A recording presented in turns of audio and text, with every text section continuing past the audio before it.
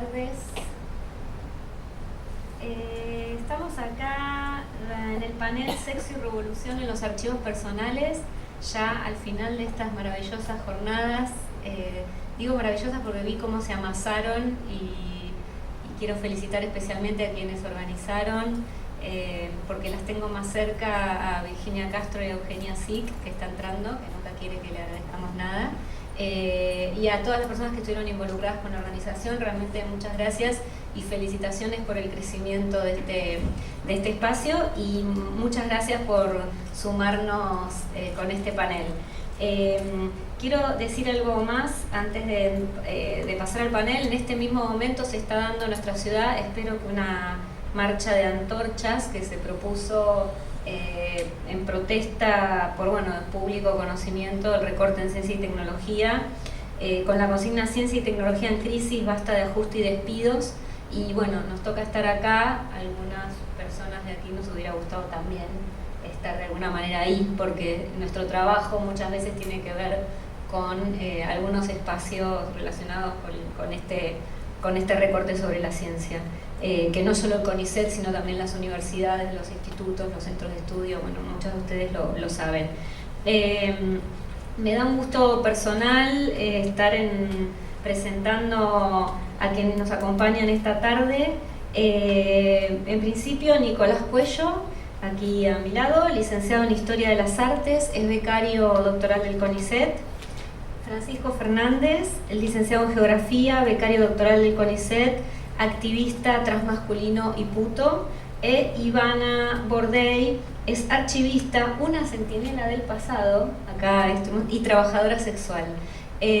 Nuestra idea es compartir las experiencias de archivo, pero no en el sentido de aquí venimos a contar experiencias porque hubo otras mesas que teorizaron sobre el archivo, sino que recién estábamos hablando antes de entrar, el quehacer del archivo es al mismo tiempo una práctica y una teorización permanente.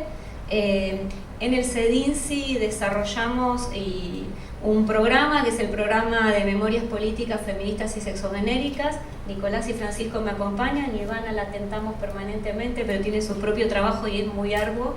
Y en ese archivo intentamos este quehacer de estar pensando permanentemente cómo guardar estas memorias, cómo sobre todo revitalizarlas, que no queden solo guardadas, sino entren en diálogo permanente con el presente. Les invito a visitar la página Facebook del programa, cuyo nombre acotado es Sexo y Revolución, porque las actividades que se hacen, no es muy regular el cronograma, pero se hacen con entusiasmo, apuntan a esta reflexión sobre el quehacer archivo y presentificación de alguna manera de lo que se guarda. Sin más, creo que quería empezar Francisco, o no quería, pero estamos haciendo empezar a Francisco. Gracias. Hola, buenas. Primero quería empezar señalando como la ironía. Ahí sí,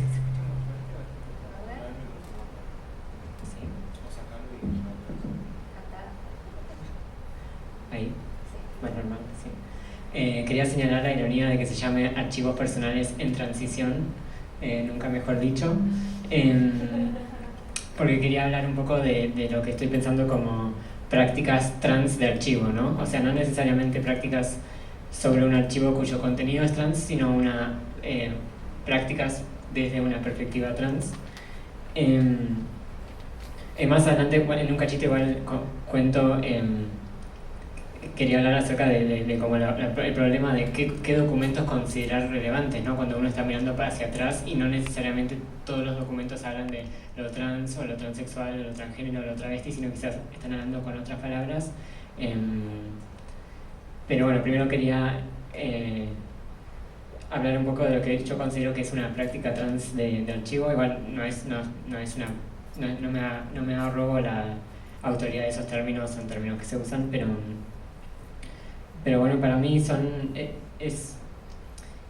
el archivo de Sexo y Revolución, para mí algo interesante que posibilita es esto, ¿no? Como llevar preguntas como qué identidades de género han sido denunciables y legibles en distintos contextos, qué activismos, cuando han surgido distintos nuevas subjetividades, nuevas identidades de género, cuáles son las tensiones que ha habido en torno a eso, tanto dentro de comunidades que hoy llamaríamos trans y travesti, como más en general, ¿no? En movimientos sexogenéricos en general, pero también en la sociedad en general. ¿Qué estrategias de vida han estado disponibles para personas que hoy reconocemos como afines desde posiciones trans? ¿Qué activismos han estado disponibles? ¿Qué alianzas han estado disponibles? Y de qué forma los activismos trans, la producción cultural trans ha ampliado ese universo de lo posible en la historia. Y acá sí, como que inevitablemente tengo que poner en el tapete de qué forma estoy pensando en qué es relevante o no para una práctica trans de archivo, eso, para no imponer una verdad nueva, no decir, bueno, esto acá se estaba nombrando de X manera, pero en realidad es una persona trans, ¿no?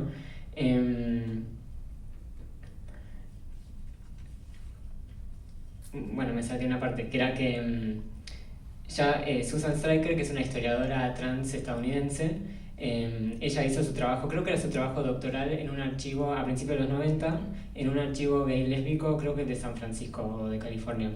Y ella dice que ella tuvo que hacer todo un trabajo que llama a contrapelo, porque era un archivo, se llamaba en ese momento gay lésbico, ahora creo que es gay lésbico bisexual trans, y estaba ordenado de una manera que ella llama homonormativa. Entonces hay muchas historias que ella reconoce como de una historia transfemenina que aparecían como dentro del sector gay y viceversa, ¿no?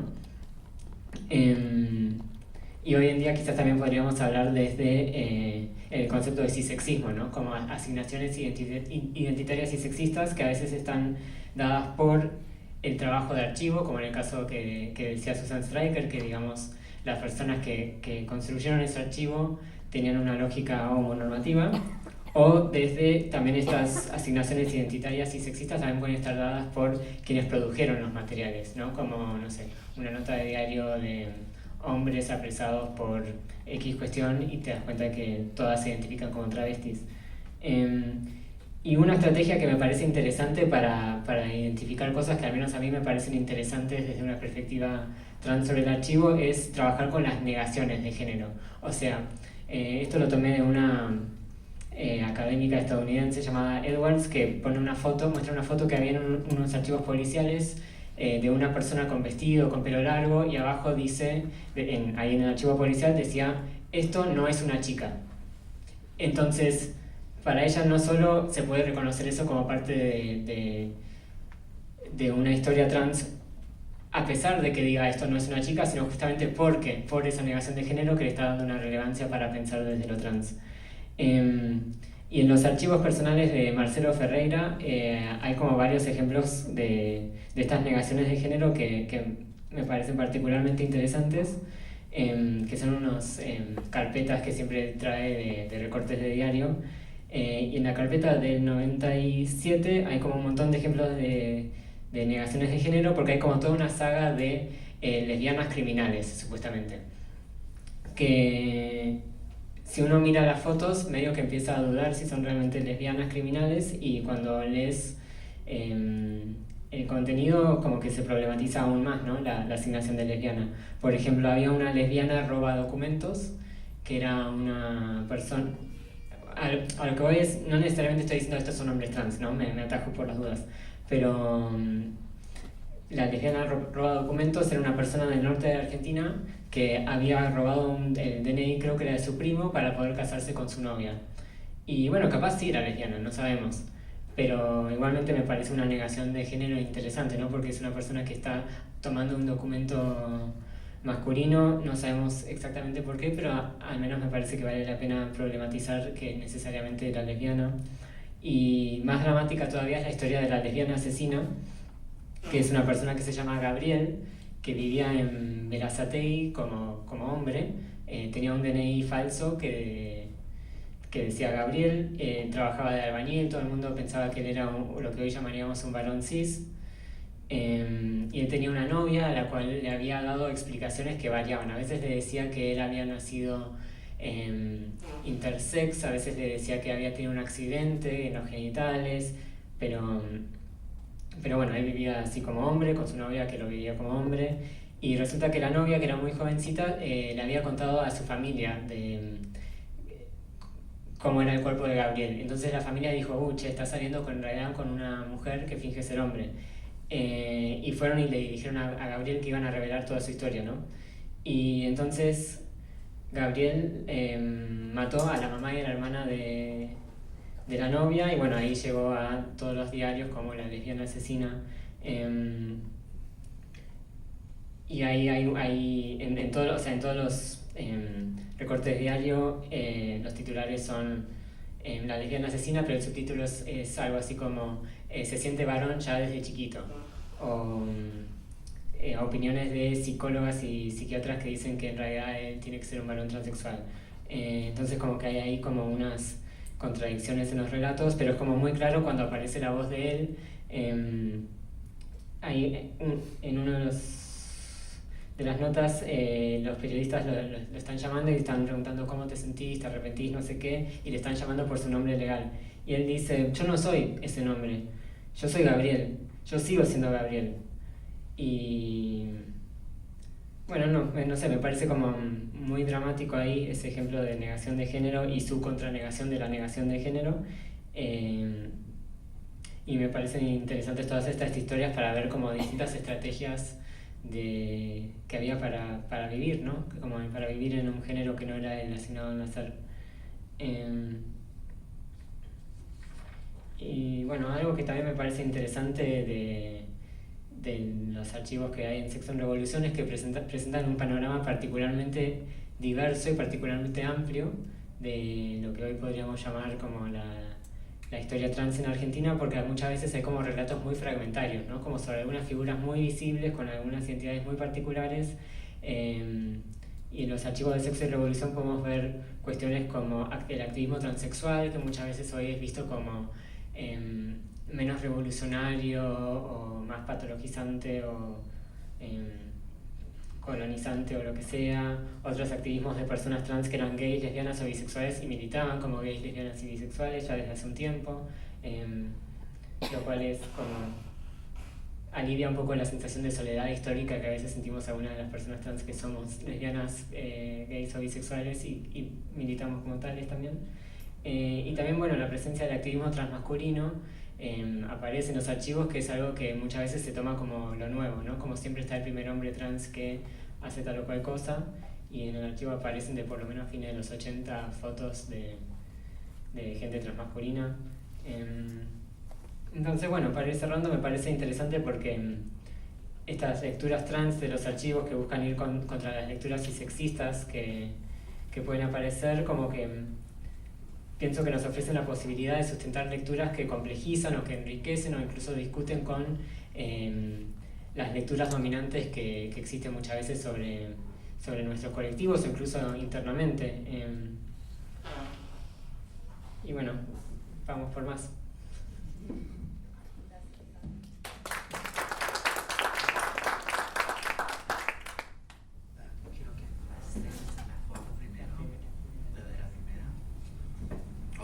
¿Se escucha?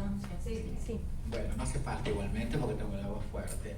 Bueno, yo empecé a guardar los álbumes de algunas amigas mías, primero porque a fines de los 90 eran pocas las personas que vivíamos,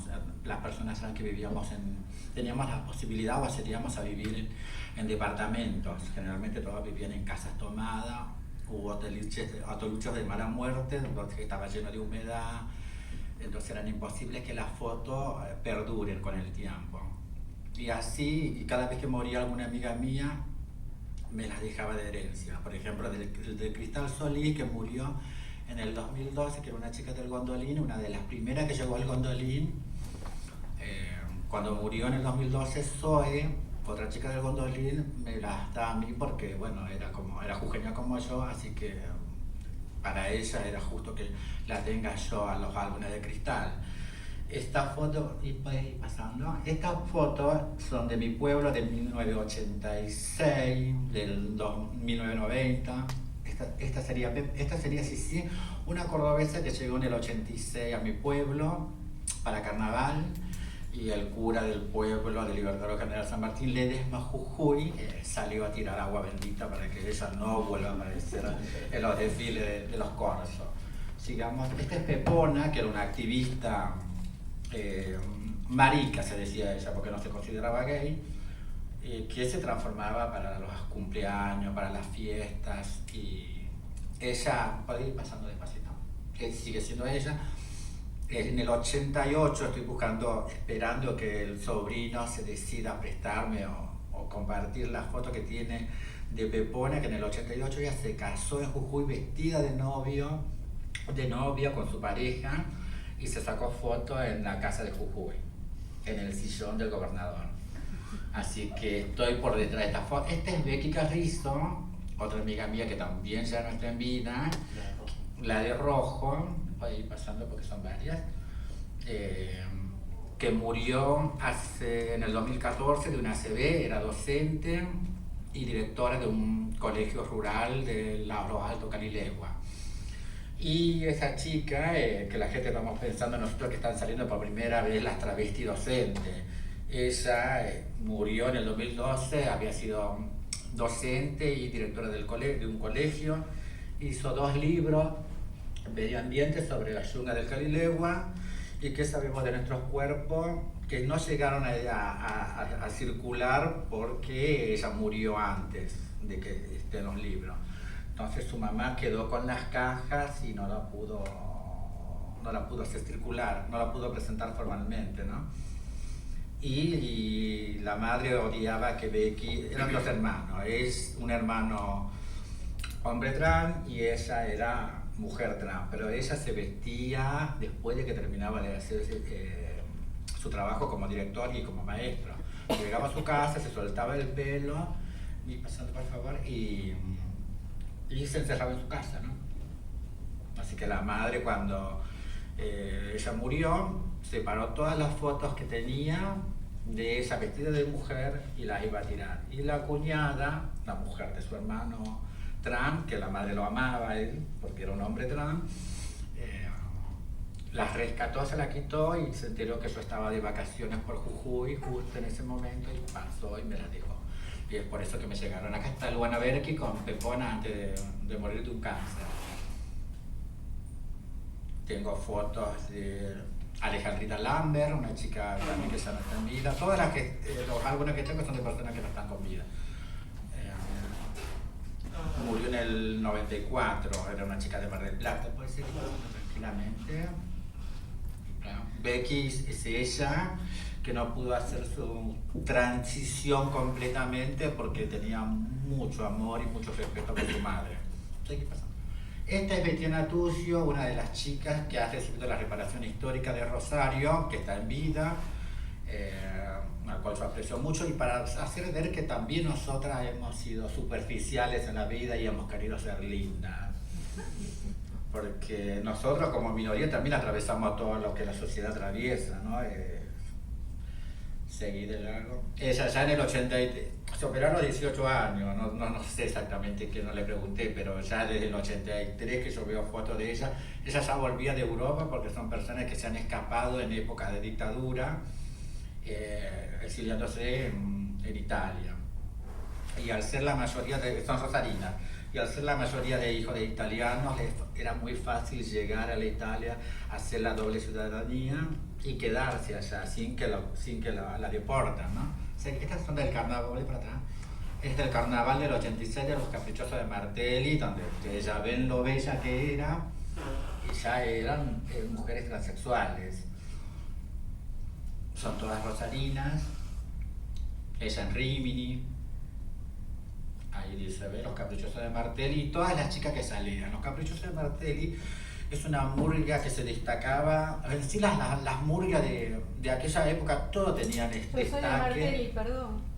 Vos sos de Martelli, entonces tenés que conocerlas. Sí, por supuesto, obviamente, ¿no? Una institución. Sí, no. tengo que ir a ese lugar. Una emoción muy grande, sí, pero es una emoción muy grande, es mi barrio. Era muy famosa los Caprichosos, la murga Los Caprichosos de Martelli, porque tenía toda esta belleza como destaque. Todas las murgas sí tenían los destaques, que eran las mujeres trans, porque se lo veía solamente para para los corsos, porque eran 2 semanas de carnaval, 6 días al año de corso, que serían nuestros 6 días de libertad, porque no nos llevaba la policía por considerarnos disfrazados. Entonces una bailaba, saltaba, la gente te decía diosa divina, preciosa, terminaba el corso y te volvía el insulto, te volvía el todo, ¿no? Y la persecución de la policía. Puedes seguir.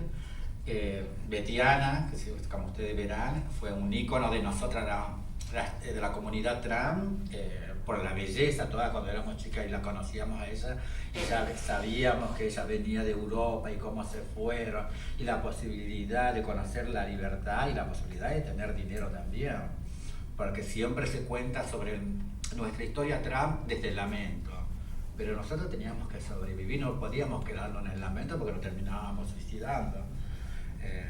Y también buscamos la libertad y nos fuimos, y también buscamos nuestro poder adquisitivo de alguna forma, ¿no? Porque teníamos que pagar a la policía con las coimas, siempre teníamos la cartera llena de dinero, porque siempre te podía parar un policía.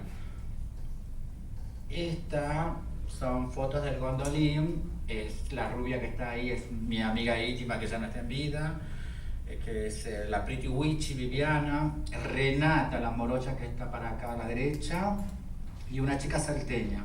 Renata es brasilera, que murieron todas ya. Esta es una parejita que yo tengo uso en mi memoria de recuerdo desde los 90, que ellos estaban en pareja. Él se murió en el 2000, los dos se murieron. Él se murió primero de un cáncer y Zoe no pudo soportar, digamos, la ausencia de él. Disculpe si me emociono, y terminó suicidándose, y para tener la valentía de matarse, de quitarse la vida, se compró una bolsa de merca y empezó a tomar, terminó colgándose y se fue por atrás de él a los 2 meses. Son fotos de ellos que tengo de recuerdo. Desde siempre, porque tengo uso de razón, que lo conozco en pareja. Es Cristal, bueno, ahí tienen las 3 chicas que no están en vida, Renata, la brasilera, Zoe y Cristal de Jujuy. Está Jorge, que era taxista y nos llevaba para todos lados nosotros. Está Zoe, que es otra, no es Zoe. Esos son 2, Jorge y Altano, un taxista que nos llevaba para todos lados a mitad de los 90. Jorge era muy buen asador. Las chicas del gondolín en la terraza, disfrutando del asado que hacía Jorge. Seguí. En la marcha, no recuerdo qué año, porque la verdad que no es mi álbum, así que tengo que empezar a descubrir qué año fue, a ver si alguna se recuerda. Sí.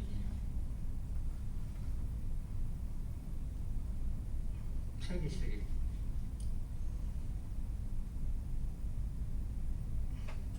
Pasa todo.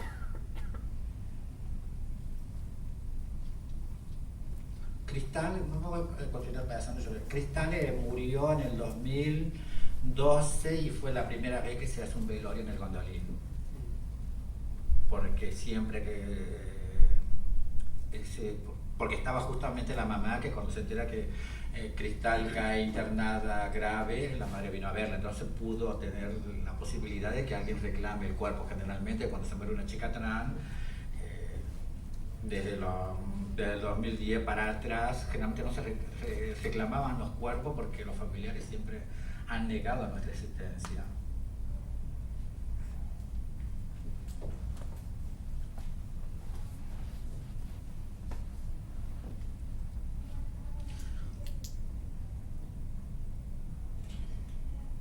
Mi amiga Pretty Witchy,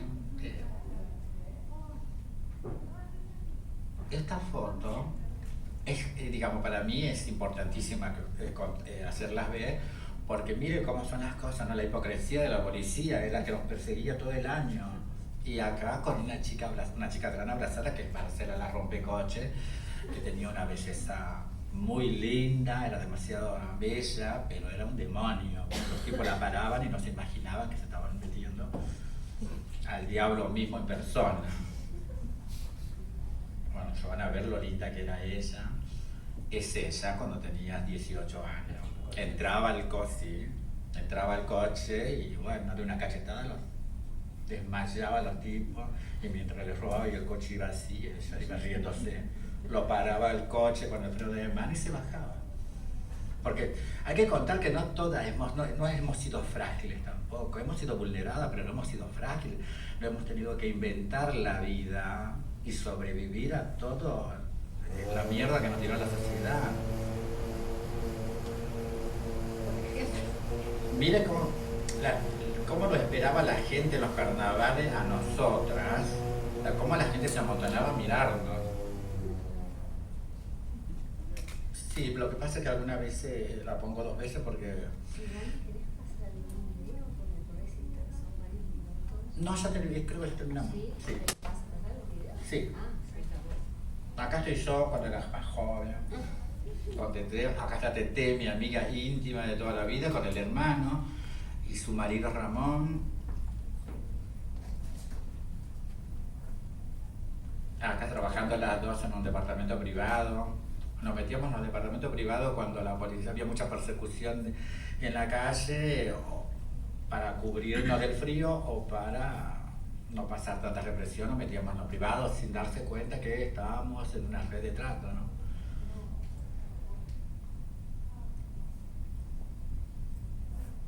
A nosotros también se nos mataban por nuestra identidad. Les voy a traer la historia de un femicidio ya en el 1987. No, perdón, 1988.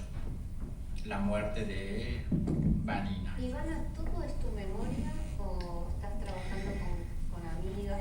No, yo trabajo sola porque estoy reviviendo lo que yo ya leí cuando era adolescente. Yo me crié con todos estos titulares, entonces para mí es fácil. Yo siempre los he contado cuando era integrante del archivo de la memoria trans, yo le contaban y primero me decían, es demasiado como ficticio, ¿no? Como guionado. Pero no, eran las cosas que yo leía de cuando yo era chica, con lo que yo crecí. Yo ya sabía que me iba a seguir la policía, yo ya sabía que iba a ir presa, yo ya sabía que iba a recibir agresión, todo lo que me esperaba, porque se estaba despertando mi identidad de género, se despertó a los 13 años. Pero una lavada retardando con las palizas de la familia, con los famosos correctivos que nos dan nuestros familiares, la negación primero de la familia, de los primos que ya empiezan a quitar el celular de la calle y después la casa. O sea que vos estás acá, mirá, recién me di cuenta, pero estás en los titulares de 19, fíjate qué año es, ahí dice 1988. ¿Y esto quiénes serían? El del circulito. Este es el chaqueño. El chaqueño, el marido de la Gina. De la Gina, que después pasó a ser marido de qué chica de acá. No está acá de ella, De Vanina. de la Vanina. O sea que acá se confundieron. Se confundió. Ok. Y este era el marido de la Marcia, el primo de la Betiana. ¿Y ese es Marciano? No. ¿Quién es ese? Y acá dicen las travestis del barrio quieren ajusticiar el crimen. ¿Quién es? Dijo de conocer. Esta es la Vanessa la brasilera. La Vanessa la brasilera aparece en varias fotos revelándose a la policía. Esta era la casa de la Gina. La casa de la Gina que la finada dejó para la nueva pareja. Claro. Y esta sería La Vanina. la Vanina, dice ahí. Alexis, celosamente prendió fuego a 2 travestis y a su rival. ¿Murieron todos, Perica? Todos. No, pero no dejo seguir contándome porque si no te estamos yendo del No te lugar. Pablo estaba furioso. Por el medio, el pasaje era un pasaje águla, cerca del río Luján de Tigre. Caminaba como él compró por ahí una botella. Alexia era la novia de él. Sí. Alexia era la novia del que los mató. Ajá. Lo había echado para siempre de la modesta vivienda que compartían. Y por eso caminaba y caminaba con el vientre contraído de tanto enojo. ¿Entendés? Sí, claro, te sigo porque yo soy muy amante. Con todo ese enorme despecho, volviéndose el corazón, sazonándole con su sabor amargo, Sus ojos no veían nada de lo que el camino le ponía delante. No podía todas las imágenes, todos los reflejos de las situaciones vividas y estaban dentro de su cabeza y no fuera. Una y otra vez revivido el instante en que esa persona de voz aguda, de pelo amarillo, de tintura, de formas y ademanes tan exuberantes como artificioso, lo había sacado de la casa con una fuerza impropia para una mujer. Echarme a mí, justo a mí, que soy el único al que le pide guita para hacer el amor. Hasta veces sí. A mí, que soy el único que quiere sacarla de la Panamericana. Se repetía a sí mismo resistiendo la idea de que de ahora en más faltaría en una mesa el plato de lentejas amorosamente preparado, la caricia áspera de su compañera consolándolo en los momentos aciagos. Desgraciada, jamás en mi vida tuve que soportar que una mina me echara de su casa. Y no voy a empezar con vos, que de mujer tenés las ganas nomás. Le prometía en silencio mientras empezaba a sospechar que tanta bronca no podía provenir del solo hecho de haber sido abandonado, sino más bien de experimentar que su orgullo varonil, si es que algo de esto conservaba, se hallaba herido en lo más profundo de su ser. Que una mina me deje, vaya y pase, pero que me largue otra vez, eso sí que no lo aguanto. Reflexionaba con curiosa fluidez al tiempo vamos a hacer saber lo que estamos leyendo ahora. Esto es muy actualísimo en épocas donde se matan a las personas por su identidad, por el odio a las mujeres. Estamos hablando de un femicidio, estamos hablando de un travesticidio o de un femicidio trans, que son actualmente casi invisibles la muerte por odio a las mujeres no trans. Que me deje otra vez.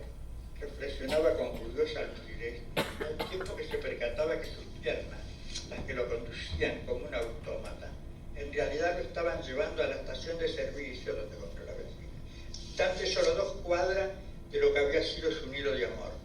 Unos pocos metros más atrás, en la casilla del tondo del conventillo ubicado el 732 de la calle Águla, se habían vuelto a dormir Alexis, en su documento Alejandro Fabián Capriata, y la pareja que conformaban el travesti, Vanina y Carlos Alberto Mendoza. Arias el chaqueño, otro par de enamorados que también vivía bajo esa precaria techo de lata. Es un loco, un hombre que no tiene orgullo, dice hoy Rosana, un travesti compañero de ruta de los infortunados, Alexis y Vanina. Se refiere a Pablo, el sujeto que no Se va a hacer muy largo.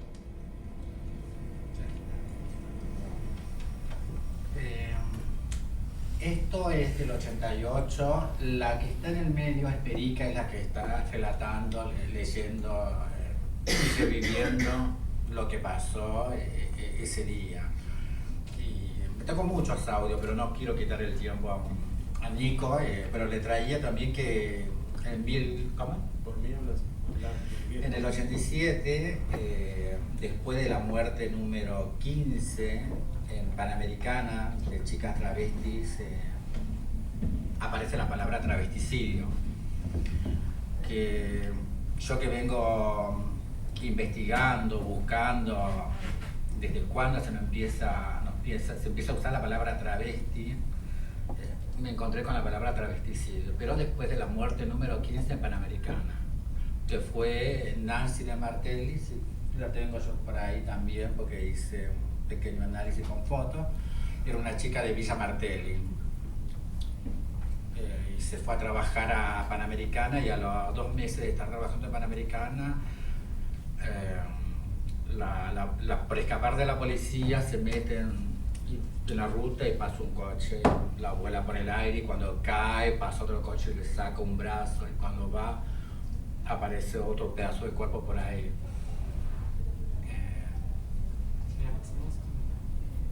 No, ahí dice, porque si volvés a, digamos, al pendrive, dice en la otra, no va a salir ahí dice, ya travesti no. Claro, fue en otra carpeta.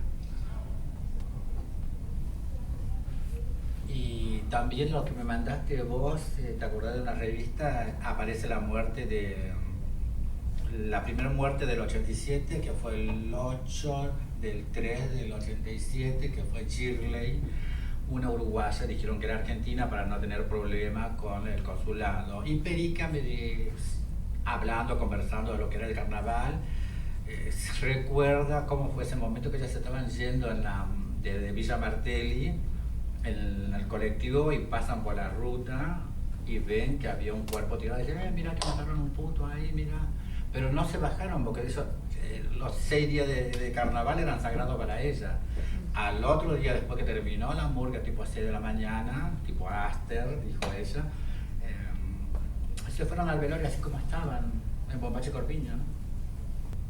Acá aparece por primera vez la palabra travesticidio y ella sería... ¿Qué año? 87. Seguí. Claro. Puedes continuar. Esta es la famosa foto que está por todos lados. Nosotros no teníamos la cara de la persona muerta. Sabíamos que existía la muerte de Nancy de Martelli, pero no sabíamos cómo era. Y bueno, gracias a estar sentada horas y horas, descubrí que Nancy de Martelli era ella.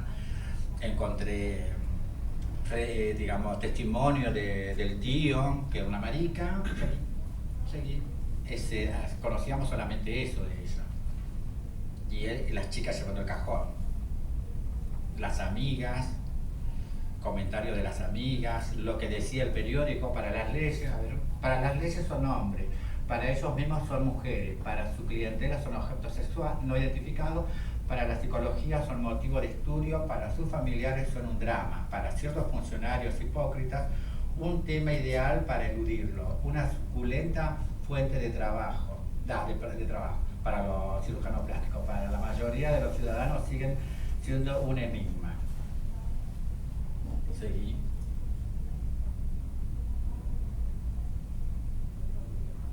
Y trato de buscar, digamos, de toda la edición, la frivolidad que pone la editorial o la persona que se dedicó a hacer la investigación y poner en los periódicos también, encontrar algo que nos pueda enseñar, ¿no? Desde ya cómo nos trataba los periódicos, la prensa y también cómo nos estigmatizaba la sociedad nosotras mismas.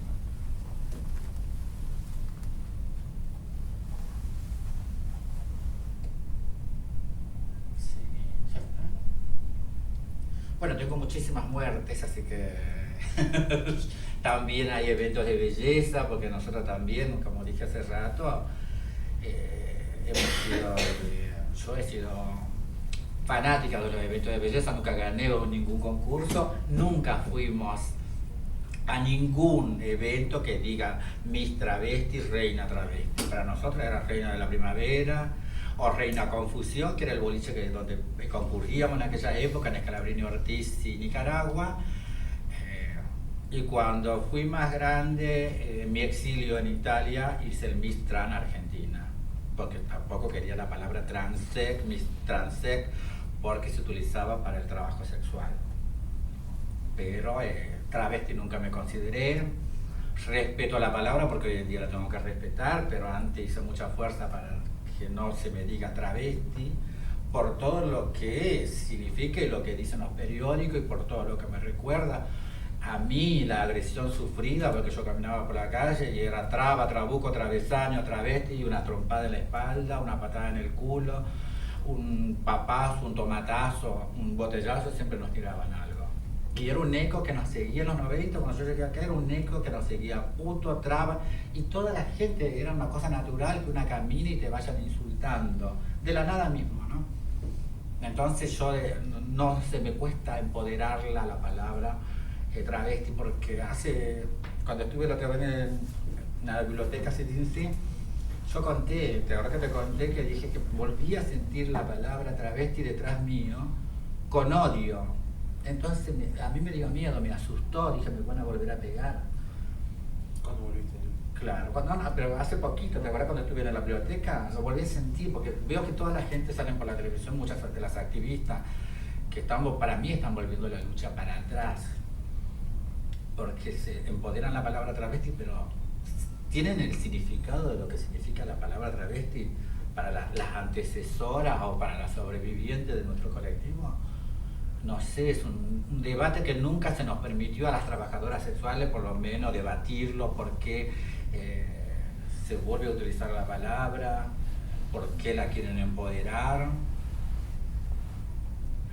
La verdad que cada vez nosotros las trabajadoras sexuales tenemos menos oportunidades de dar una charla. Muchísimas gracias desde ya, porque no tenemos espacio, porque se ha, digamos, todo el odio que nos tiraba la sociedad por los programas de televisión, de los famosos debates vecino contra travesti de Palermo, ese odio que tenía el vecino heteronormal hacia nosotras, las personas trans, ese odio lo están teniendo hoy las travestis abolicionistas. El mismo discurso. Entonces me cuesta muchísimo, digamos, a nosotros los que somos trabajadoras sexuales nos cuesta muchísimo llegar a dar una charla o un debate. Muchas gracias.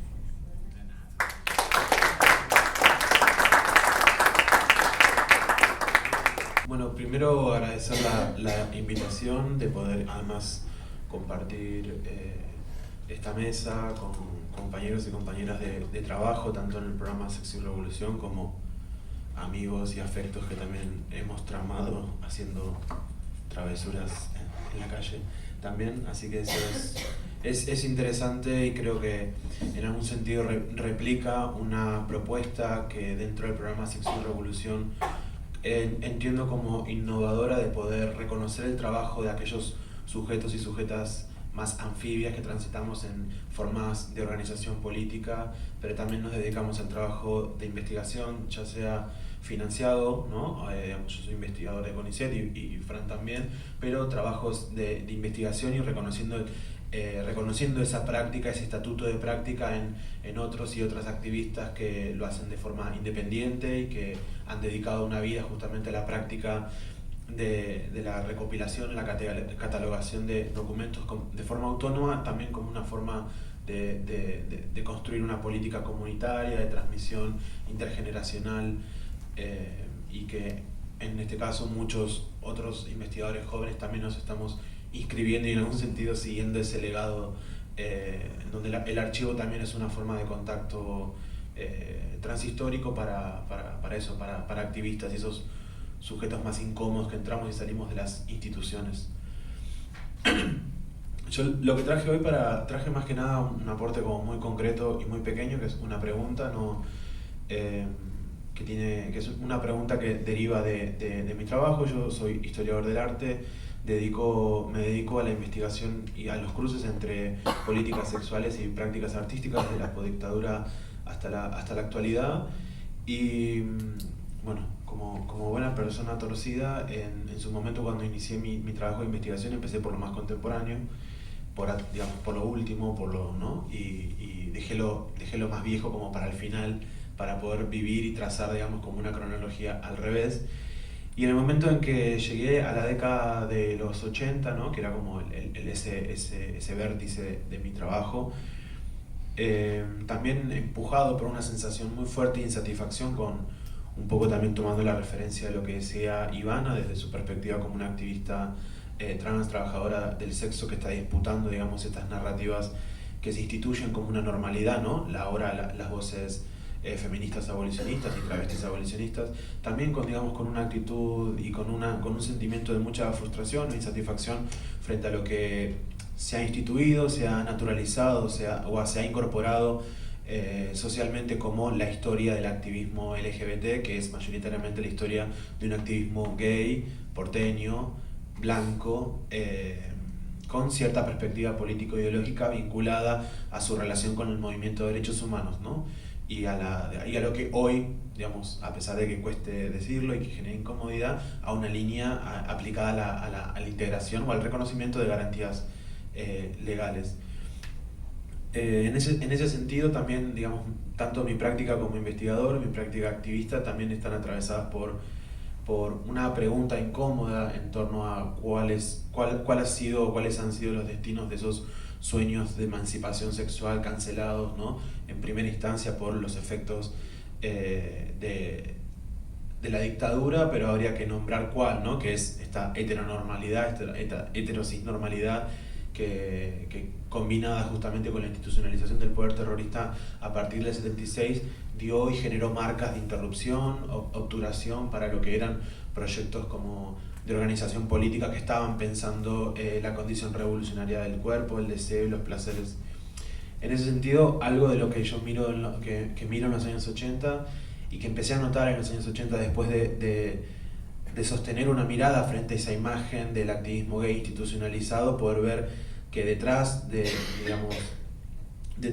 esa figura, ¿no? Que cuando digo activismo gay institucionalizado, muchas de esas personas hoy son amigos míos, ¿no? Digamos, no lo digo, lamentablemente es difícil discutir política a veces por fuera del marco de la moral, pero lo digo en un sentido como político, ¿no? Digamos, una política que se orientó hacia la institucionalización de las demandas del movimiento gay. Digamos, por fuera de esa imagen hubieron una red muy importante de propuestas, formas de reactivación de una pregunta crítica en torno al potencial del sexo como un aspecto revolucionario de transformación de la realidad, que el día de hoy siguen siendo difíciles de reconocer, ¿no? Y mucho, creo que también eso puede ser una conversación, digamos, que me imagino que siempre que está el archivo dando vueltas es una conversación sobre cuáles son los efectos postraumáticos o traumáticos que ha generado la dictadura y qué relación tiene también ahí la práctica archivista con esta reescritura que hacemos en la política argentina, donde todo siempre empieza desde cero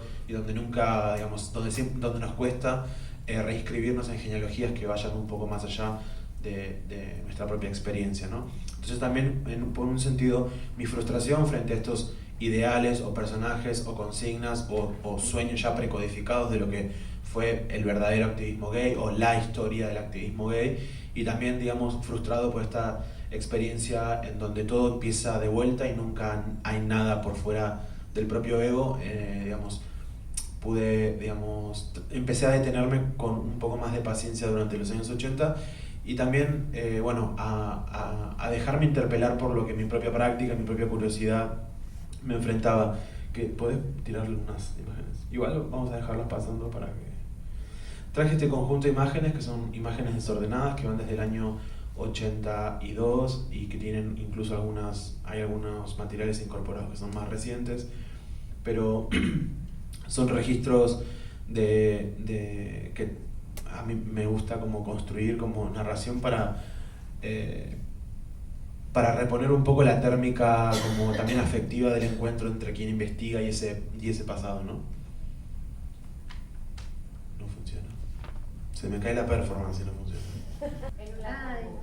¿Quieren hacer alguna pregunta así? No, voy a seguir hablando, sí, porque sí. Tenemos para cubrir todo. Sí, no, porque si se interrumpe se me voy a perder el hilo. ¿Qué se cayó? Ahora cuando eventualmente podamos ver las imágenes, empezar a pensar cuáles habían sido esas experiencias más gregarias, más atomizadas, efímeras dentro de lo que había sido cierto activismo LGBT que había justamente, digamos, tenido una relación con la producción de lenguajes sensibles en el marco de los años 80, me llevó por un lado a construir una genealogía. Ahí está. Puede ir circulando, ¿no? Me llevó como a construir una genealogía o incluso un propio archivo a través de mi propia investigación, que yo siento que también es una realidad también de quienes investigamos o nos relacionamos con ciertas formas de conocimiento, ciertas formas de producción política alternativas o minoritarias, ¿no? Que mucho de aquello que queremos investigar o sobre lo que queremos trabajar es algo que tenemos que construir primero o que vamos construyendo en el proceso propio en el que vamos investigando. Entonces, mucho de cómo empiezo a pensar la necesidad de transformar mi propia práctica y la pregunta que emerge de mi propia práctica hacia el archivo tiene que ver con este tipo de materiales, ¿no? Apelaciones a la revolución, a imaginarios anarquistas, a miradas más, digamos, revulsivas en torno al sexo, a apologías de la promiscuidad, del sexo inseguro, ¿no? Entre comillas, y también algo que tiene que ver con la materialidad en la que esos objetos llegan o la materialidad de esos objetos cuando me encuentro con ellos, que tienen que ver con estas manchas, ¿no?, de humedad, mugre, tierra, revistas que están todas cortadas, pegadas una y otra vez con cinta scotch. Y para mí eso, digamos, esa llegada, digamos, el momento en el que el archivo se construye y la materialidad a partir de la cual se construyen este tipo de archivos, a mí me parece que es significativa y creo que tiene no solamente un mensaje en torno a la conservación.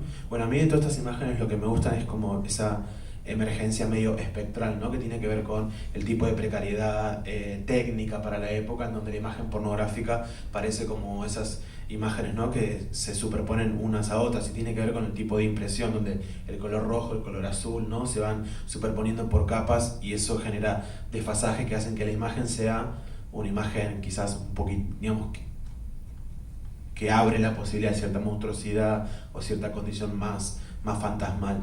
Y creo que todos esos detalles, ¿no?, que tienen que ver con el mundo objetual que compone hoy en este nuevo interés, nueva ansia, nueva desesperación mercantil por construir, abordar y generar estos archivos LGBT, me parece que son este tipo de marcas las que tienen algún mensaje o alguna advertencia sobre cómo es que puede construirse un archivo sobre las políticas sexuales en nuestra historia, ¿no?, en Argentina, y qué características tiene que tener ese archivo, si es que es un solo archivo o si es que hay que tener estrategias para abordar cada uno de estos materiales que fundan esta historia. En un sentido, bueno, muchas también, como esta imagen que a mí me gusta mucho, porque también muchas revistas pornográficas, que hay algo interesante sobre la pornografía como un objeto, digamos, quitado de eje como parte de la historia LGBT, cuando en realidad la pornografía fue un elemento constitutivo de sociabilización, de producción de culturas públicas y de diálogos, incluso de inscripciones teóricas y activistas, ¿no?, como la revista Diferentes, una revista gay durante los años 80 que incluía material político sobre el movimiento LGBT general. Como incluso esos objetos llegan con lo que yo espero que sean manchas de semen, ¿no?, y con agujeros y entrecortados, ¿no?, y hay algo que tiene que ver con la historia de la circulación de esos objetos, que es una historia es una historia sexualizada, y es importante mantener sexualizada esa historia en la que circulan esos objetos, el origen, el destino y las marcas de uso sexuadas que tienen estas imágenes para interpelar, ¿no?, una historia de los activismos LGBT que, insisto, en este nuevo furor de archivo internacional, uno de los riesgos específicamente tiene que ver con, primero, la exposición a crítica, la atomización, la espectacularización del daño, como muy bien señalaba Ivana, que es la reducción de nuestras historias de vida al sufrimiento, a la resistencia, y digamos, y justamente posicionando el efecto moral que tiene exponernos como un objeto fetiche lastimado y sustrayéndonos a lo que es constitutivo de nuestra historia, que es el lugar que le otorgamos a nuestras prácticas sexuales, y todo lo que construimos y todo lo que generamos a partir de la politización o de la objetivación crítica de nuestra sexualidad y nuestra experiencia sexuada, ¿no?, en el mundo social. Por eso un poquitito de lo que yo había preparado tenía que ver con eso, ¿no?, pensar un archivo incómodo de las políticas sexuales, en donde puedan convivir, por un lado, objetos temblorosos, experiencias inestables e historias intoxicadas, porque eso es algo que también hemos conversado entre amigos y amigas también, es que mucho también de estas historias alternativas, de estos mundos antagonistas, también tiene que ver con el uso recreativo y el uso abusivo, problemático de las sustancias también, ¿no? Y incluso en la historia de los 80, no pensar la irrupción de la cocaína y no pensar los efectos del consumo desmesurado de cocaína en los espacios de culturas alternativas o en las políticas de resistencia, también en un sentido es, digamos, sostener miradas moralizantes y miradas, vamos a usar un término que me parece científico, que es increíble, que es miradas caretas, ¿no?, sobre la vida, en el sentido de cómo justamente están obturando una significación en pos de sostener un criterio de vergüenza social sobre el consumo de sustancias. Cuando hablo de objetos temblorosos, hablo también de estos objetos que no solamente tiemblan por el daño que se ha producido sobre ellos, sino también objetos que tiemblan de adrenalina, ¿no? Objetos que están narrando la experiencia de un fuerte antagonismo, como pueden ser todas las experiencias digamos, de activismos libertarios vinculados a la sexualidad que recorren necesariamente. Acá yo incluí algo de lo que fue la organización de la Marcha Pagana y la Comisión en Repudio al Papa y las intervenciones, dibujos y flyers que un montón de anarquistas hicieron durante la época, con dibujos donde el Papa parecía violado, ¿no? Digamos, o parecía embarazado, o donde había apelaciones, digamos, de un grado de revulsividad muy profundo en torno a lo sexual, ¿no? Entonces, también esa condición de objeto tembloroso creo que no solamente tiene que ver con esto que decía, de su fragilidad o de la violencia que hemos recibido históricamente las personas que estamos corridas de la norma cis hetero, pero también de esa forma de temblar que tiene que ver con la adrenalina de dañar el poder, ¿no? Y hay algo también creo que es importante y para mí sigue siendo una pregunta, es cómo integrar ese daño a una política de archivo, es decir, cómo reconocer la potencia abrasiva que tienen esas experiencias y no desactivarla, y justamente como archivistas, como personas que escribimos historia, como personas que estamos vinculadas a la producción de colecciones, incluso cómo hacer para resonar en ese daño e incluso quizás también dejarnos lastimar por esas experiencias que estamos queriendo nombrar. Una forma puede ser tener dificultades para nombrarlas, por ejemplo, que era un poco también creo lo que comentaba Fran, también me hacía sentido en esa dirección, ¿no? Con ese sentido de incorporar la negatividad también dentro de la producción de sistemas de inteligibilidad del pasado. Y cuando, bueno, lo decía, lo de historias intoxicadas lo mencioné, y también de experiencias inestables en el sentido de poder restituir muchas veces en los procesos de producción de una política de archivo sobre los activismos LGBT, también se construyen estas suerte de imágenes fetichistas o imágenes fetichizadas de lo que son los referentes, ¿no? Y como toda la lógica verticalista que vuelve inteligible el estoicismo de la política argentina construye figuras, ¿no? Como bien lo decía Ivana también, hoy por hoy dentro de la genealogía del activismo travesti, Loana, Diana, Marlene son personajes instituidos, pero bueno, nadie puede poner, digamos, es muy dificultoso poner en cuestión esa genealogía para hablar, por ejemplo, de toda una generación como la de Ivana, que, digamos, de mujeres trans sobrevivientes también y que tuvieron un vínculo específico con la dictadura, ¿no? Y eso, digamos, y esa construcción de esas narrativas que tan normadas de lo que se instituye como verdaderamente una política sexual, también en un sentido borra la inestabilidad del registro histórico, oral y objetual de esas experiencias, ¿no? Específicamente, bueno, hay una parte también de mi trabajo que tiene que ver con la historización del punk en los años 80 como un espacio justamente de emergencia de todos estos sujetos desviados sexuales, y cómo, por ejemplo, en mi trabajo por reconstruir, si se quiere, incluso estas formas de organización, como fue la Marcha Pagana y la Comisión en Repudio al Papa en el año 86 y 87, ambas, aparecen, digamos, no sé, 4 o 5 relatos sobre un mismo hecho, ¿no? Como por ejemplo el año 1987, en lo que fue la represión que se desató y que canceló el festival masivo de la malvenida al Papa. Todo el mundo recuerda que había un Falcon, por ejemplo, que fue desde el cual se proyectó una molotov que desató una represión que duró horas y horas. Y en todas esas historias algunos dicen, bueno, el Falcon era verde, el Falcon era blanco, no tenía patente, la bomba de gas le pegó en la cabeza a Batato, que estaba justamente caminando por ahí, no le pegó a un policía. Y un detalle tan tonto como ese, digamos, está presente en la cantidad de versiones que puede haber sobre un mismo hecho, en la cantidad de actores que replican esa misma acción con distintos órdenes, ¿no? Y en un sentido de ese desorden me interesa preguntar, ¿no?, hacia la práctica del archivo, cómo es que también archivamos el desorden y cómo es que también cuidamos y protegemos la confusión, la desorientación, el desorden que está instituido en la reconstrucción de esas experiencias, y también cómo hacemos para politizar o objetivar críticamente que ese desorden también tiene que ver con las resonancias traumáticas de la violencia, con las distribuciones desiguales de atención para los marcos de la historiografía, el consumo de sustancias, digamos, los exilios, los incilios, ¿no?, la violencia económica, digamos, cómo todo este mundo, también porque muchos de estos archivos que hoy están mirando la historia LGBT son archivos que parece que están por fuera de la realidad, ¿no? y no dan cuenta de en qué marco político, cultural son construidos y cuál es el trasfondo con el cual están mirando ese pasado y cómo es que están mirando específicamente ese pasado, bajo qué presupuestos epistemológicos y algo que es fundamental, bajo qué subsidios, ¿no? Que es importante también hablar sobre La Plata, que también determina lineamientos específicos y que reconstruye de manera muy concreta ciertas genealogías, dejando por fuera otras, ¿no?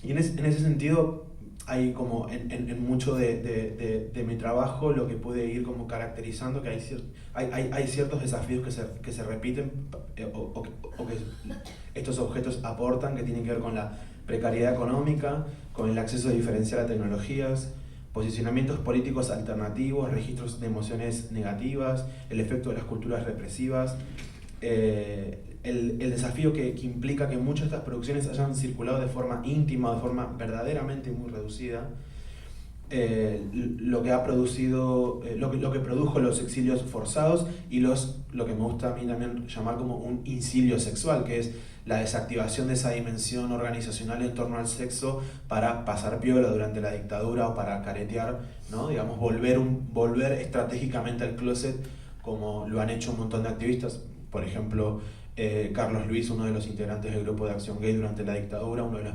fundadores de lo que fue el Partido Obrero, por ejemplo, ¿no? Que tuvo en algún sentido que volver a su vida heterosexual para poder sobrevivir estratégicamente durante la dictadura, ¿no?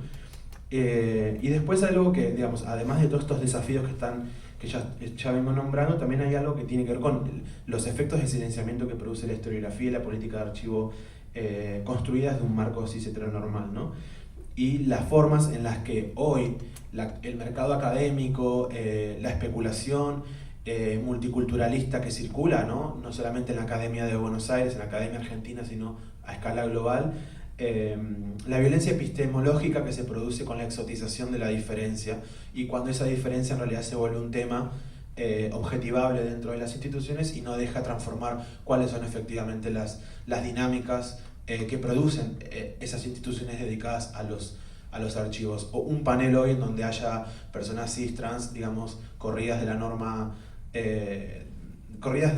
digamos, hablando sobre su experiencia como archivistas e investigadores, la verdad que no es lo que abunda, ¿no? Efectivamente, por lo general, siempre solemos ser objetos de estudio de otras personas, y siempre en nuestras vidas, nuestras propias producciones y los modos en que producimos legítimamente saber, teoría y acción política terminan siendo tematizadas por personas atravesadas por privilegios económicos, raciales y corporales que siguen sin ser disputados para transformar un poco las economías de exposición de nuestras formas de saber.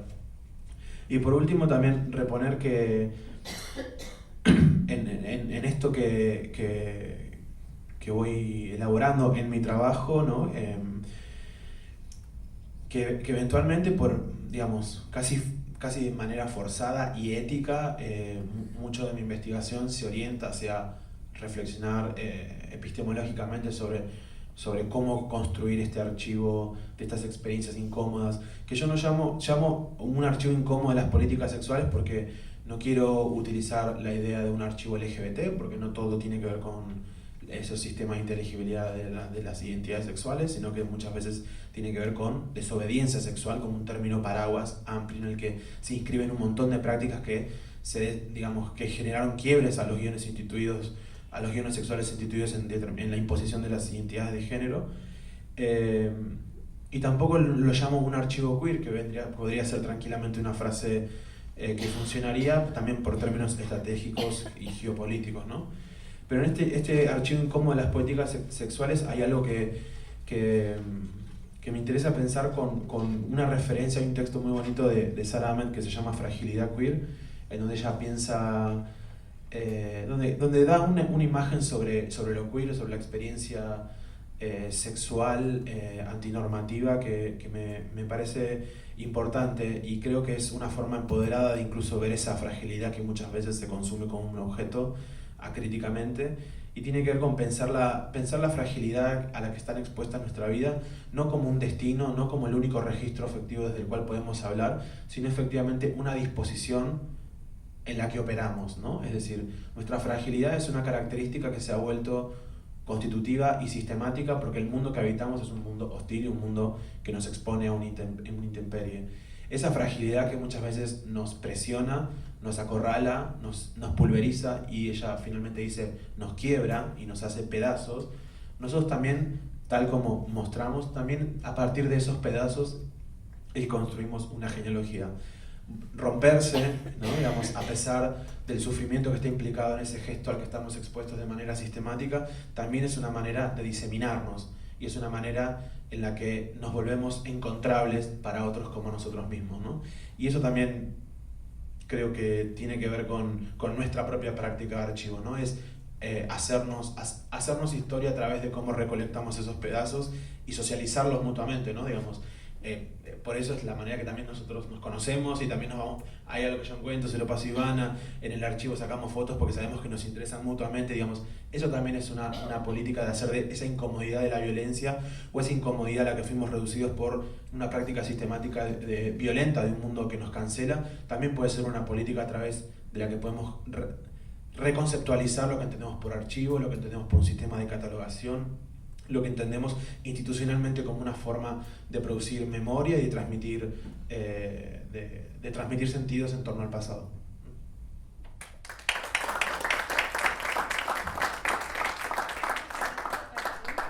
Le doy la palabra a Ivana, que quería agregar algo más.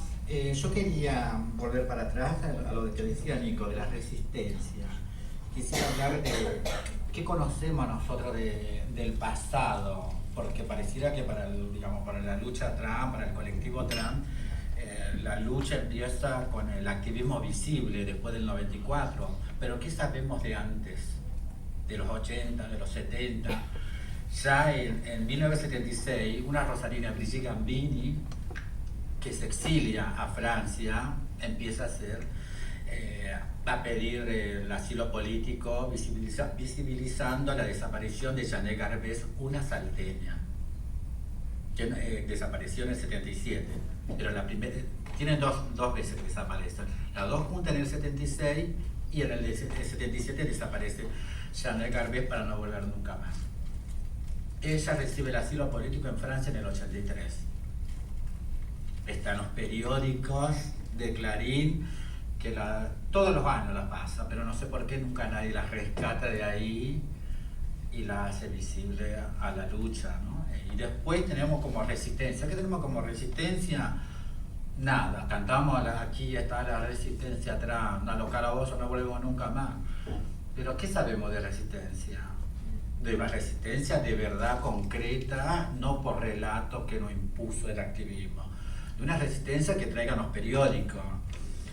En un periódico, el Diario Popular del 87, de 23 de julio, vamos a leer un poquitito que no es largo, dice: durante el operativo policial, las travestis resistieron a ser detenidos lanzando a los agentes golpes de puño, patadas y arañazos, y repitieron la represión en la brigada de infantería con asiento en La Plata. Al grito de Alfonsín, queremos libertad, no a la represión, las travestis insultaron durante buena parte de su detención a las fuerzas policiales, luciendo polleras, pelucas y tacos altos. Algunos de los detenidos estallaron en llanto mientras un jefe policial le indicó que en las próximas horas serían liberados, pero con la condición de que se vistieran como hombres.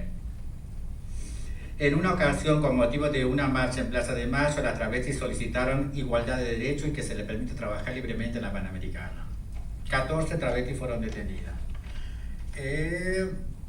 Ya como dije, 23 de julio del 87, Diario Popular. Después, en el 95, 4 travestis fueron arrestadas por caminar en la zona roja de jean, zapatilla y camisa.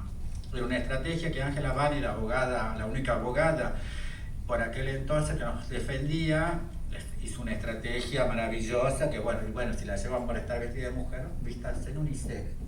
Vamos a ver si podemos voltear los códigos contravencionales que se estaban discutiendo por ese momento, ¿no? Que caerían en el 98. Una de las travestis que fue detenida y llevada presa a la comisaría 23 por desacato, resistencia y por romper cosas del Estado, fui yo. Estaba Nadia Chazú, una activista que el colectivo trans no la recuerda porque ha sido una mujer que se ha declarado siempre orgullosa trabajadora sexual, Mónica León, que vive en París, y Mariana Montesino, una salteña, las tres salteñas y yo jujeña. El fiscal pedía 1 año y medio para nosotras, salimos absueltas. Yo traje, para que quede en la biblioteca si dice, el día que me arrestaron, 26 de octubre del 95, todos los papeles que están acá son del juicio, los que declaramos nosotras y los que declararon los policías que nos acusaban a nosotras por golpearlos. Y Marcelo Ferreira tiene el recorte periodístico de que sale que nosotras fuimos absueltas por esa causa, que nos llevaron por estar vestida de jean. Ese recorte periodístico del 97 y el 98 caen los edictos policiales. Así que no venimos a reconstruir la historia, sino a traer del pasado cosas que están olvidadas, que pareciera que no le interesa a nadie, porque es increíble que no puedan salir de los huevos de Diana y Luana, se quedaron en el 90 y no hacen lo mínimo para ir para atrás. A mí me pone nerviosa cuando escucho que le dicen tenemos que agradecer a ella, pero la que puso el cuerpo fui yo, la que caí presa hasta el 2000 fui yo, la que se fue exiliada al exterior, fuimos muchísimas por la represión. Ella, al ser activista, que han aportado muchísimo a la causa, porque lo han hecho visible, han pasado a ser una privilegiada, porque Luana del 94 que nunca más cayó presa. María Pía Baudraco lo mismo, y Diana Zacayán nunca cayó presa porque salió después del 2001. Entonces debemos empezar a traer cosas del pasado para que veamos que antes de que exista el activismo hubo una gestación. Para que haya una Diana tuvieron que haber muchas guerreras que quedaron en el camino y pocas que quedan en vida. Y la base del activismo trans la hicimos nosotros, las trabajadoras sexuales, porque está en la historia, está en los periódicos, con las muertes de ellas. Disculpen. Muchas gracias. Lo queremos eso, ¿no? Ah, sí, por favor, lo traje para ustedes. Ahí está Eugenia haciendo así. Bueno, gracias Iván. Nos queda un ratito para algunas preguntas. Sí, ¿alguna pregunta? ¿Duda? Ah, perfecto. Muchas gracias. No, por favor. Sí, ahí la vecina de Martelli. De Martelli, bueno. Impresionante.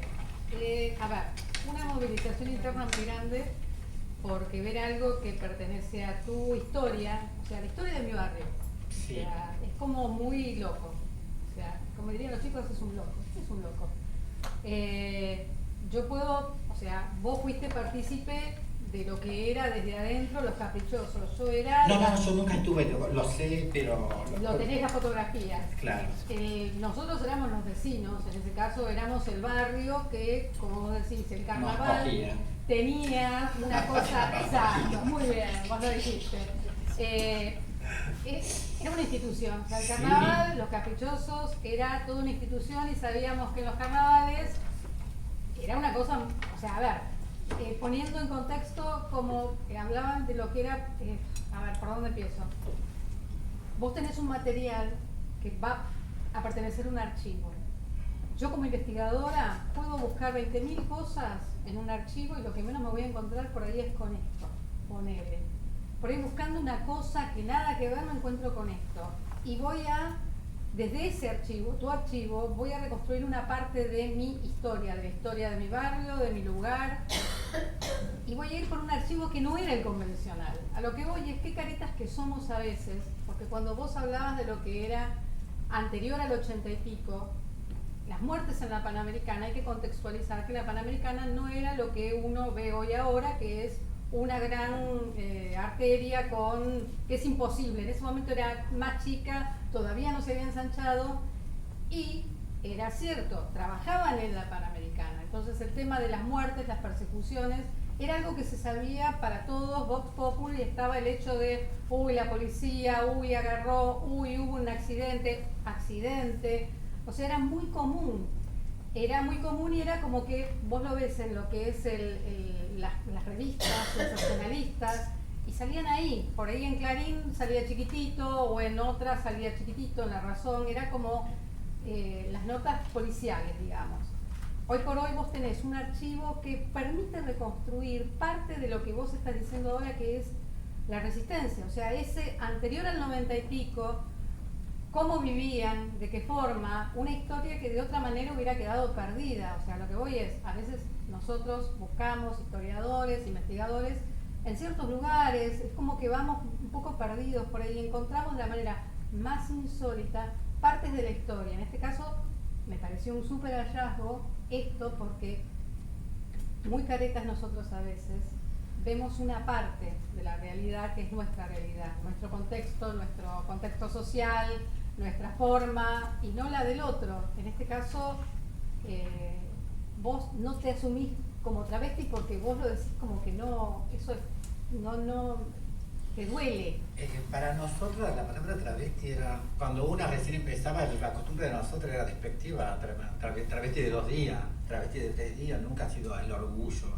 Para la mayoría de nosotros, no quiero generalizar la palabra, ¿no? Porque la que se sentía travesti era porque era una artista de verdad, porque hacía show. Todas ustedes se identifican como mujeres trans. Sí. ¿Sumamos algún otro comentario o pregunta?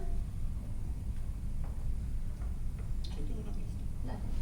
Que si puedes contar cuál es el circuito en el que vos investigás, o sea, cuáles son los archivos a los que vas, y cómo es que vos te organizás para ir, no sé, pues yo sé que estuviste en la Biblioteca del Congreso, de la Nación, digo, cómo es que vas atrás de una historia, o decís, ahora quiero me quiero concentrar en los años 80 y algo, ¿cómo es tu circuito de consulta, digamos? ¿Y a qué lugar vas? Desordenado totalmente, porque yo estas cosas lo hacía por revivir, digamos, una especie de morbo que tenía, porque es las cosas con las que me crié, ¿no? Y después, bueno, yo a Perica Burrumeto, la que estaba en el medio de las que se prendieron fuego, la conocí en el 2000 en mi exilio. Pero me había pasado hasta el 2012, 2014 que entré en el archivo de la memoria trans, y empecé a revivir las revistas de casos policiales y me encuentro con Perica. Y este año, cuando vino ella a visitarme desde Italia, me senté, nos tomamos algo de todo tipo de exceso para revivir eso, porque era importante que esté todas las cosas como ella lo vivía. Y así, desordenadamente, entre exceso y exceso, empezamos a revivir las historias. Por eso que si ustedes ven que nuestra voz se nos va cada vez haciendo más áspera en los audios, es porque nos invadió el exceso. Y pero instituciones acá Va a la Biblioteca Nacional, porque es donde más tomos tienen sobre la revista esto, Caso Policial. Caso Policial no la quieren, me dijeron ayer que estuve. Y ¿cuál era la otra que hablábamos? ¿Así o Flash? Flash, Antena. Flash, Antena, Casos. Sí. Son lo que Perica me dijo, las Pericas y las amigas como Norma Giraldi, que yo hice un encuentro entre las dos para que ellas revivan cómo se vivía a fines de los 70. Que yo hice una charla y la grabamos y la subimos a YouTube, porque para mí es importante que esas mujeres del pasado, las históricas, revivan y lo puedan contar y se pueda transmitir, para que nosotros podamos hacer visible que nosotros no empezamos en los 90, tenemos muchos años de lucha. Ya en 1949, Malva, que murió a los 94 años, hace 4 años atrás, cuenta que en el 49 ella cae por primera vez a Devoto y ya había existido el pabellón de travesti. Y en el 51 ella organiza, se arman, hacen una organización, una mutualismo, Maricas Unidas Argentina, MUA se llamaba la primera organización, para llevar comida y alimento, ropa para las personas trans que estaban en Devoto.